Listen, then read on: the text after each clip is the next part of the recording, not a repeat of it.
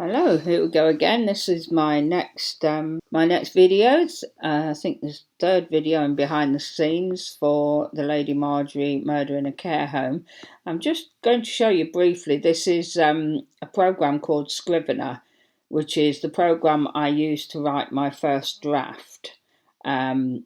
So it's basically called Scrivener. It's like a database, and this is how I set mine up. I mean, obviously with me, I usually, my books are often 30 to 35 chapters, and this will be the first draft. So this is how I set mine up, that they include a beginning, which the beginning introduces you to the crime, the main characters, the setting, and any conflict that occurs. And obviously there's usually a murder in those first chapters, and that usually lasts for around 7 to 8 chapters. It obviously depends on where the story's going, but that's how I tend to write. Then I have a middle section. I mean, a lot of writers would call this the 3-act structure. I tend to call it the 4-act structure because my middle is double the length of the beginning and the end. So basically, I think the middle is 2 acts. And I always add a midpoint to the middle, and in that midpoint, that's where usually something, either a protagonist is attacked, or another murder occurs, or something happens in the midpoint. And I used to do this without actually knowing what it was. But if you watch most films, have a midpoint where something major happens to the protagonist or in the story, and I used to do this quite naturally without even knowing what it was. But when I did my creative writing course, I realised that actually what I was doing was writing the way I was supposed to, which was reassuring in many ways. So in my middles, there's lots of challenges and obstacles that the protagonist will face as they try to solve the mystery. In the case with Lady Marjorie, it's the protagonists, although she's the main protagonist. There are 3 others who work with her.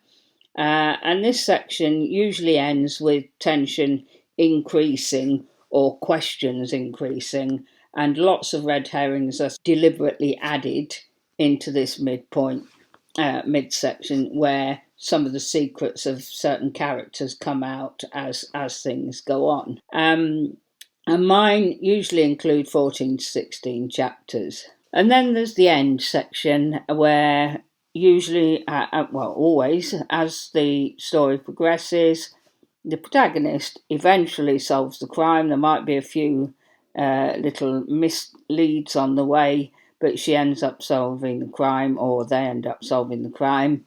And this is where I must, by the end of the book, have tied up all loose ends. So any loose ends that I've introduced throughout the book, I have to tie them up by the end of the book. And that's what I do when I go back and do my first edit.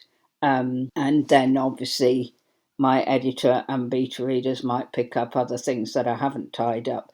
And the idea of the endpoint is I lead the readers to the solution or resolution, and hopefully some of you will have managed to work out who the killer is, or if I've really done my job well, you won't have a clue. No, you will. You will have had a clue, but you'll think, yes.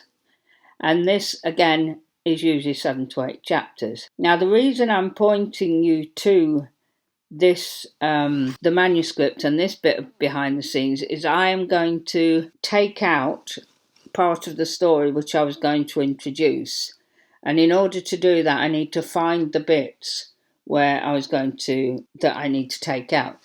And what I was going to do in this story at one point was introduce Faith Weathers into the story. Faith, as you know, if you've followed the series, is a tour guide, and she was with them in a couple of books, and she won't be in this book now. So to find this and take her out, I need to go into my edit, a bit like looking in a Word document. I'm going to search in the whole project. I mean, I will find these because I will actually reread every chapter in my final edit, which I'll be doing in between Christmas and New Year as things stand.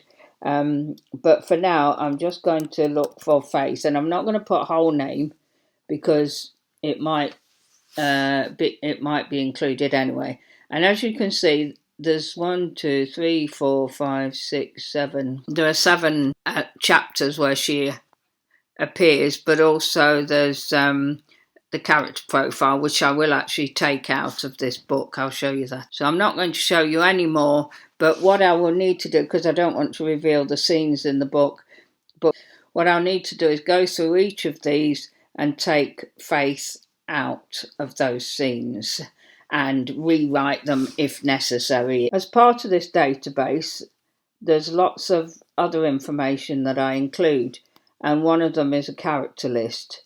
So what I'll do here is we'll look for Faith Weathers. There she is, and I'm actually going to take her out. And voila, that is it for this little bit of behind the scenes and how I begin my editing.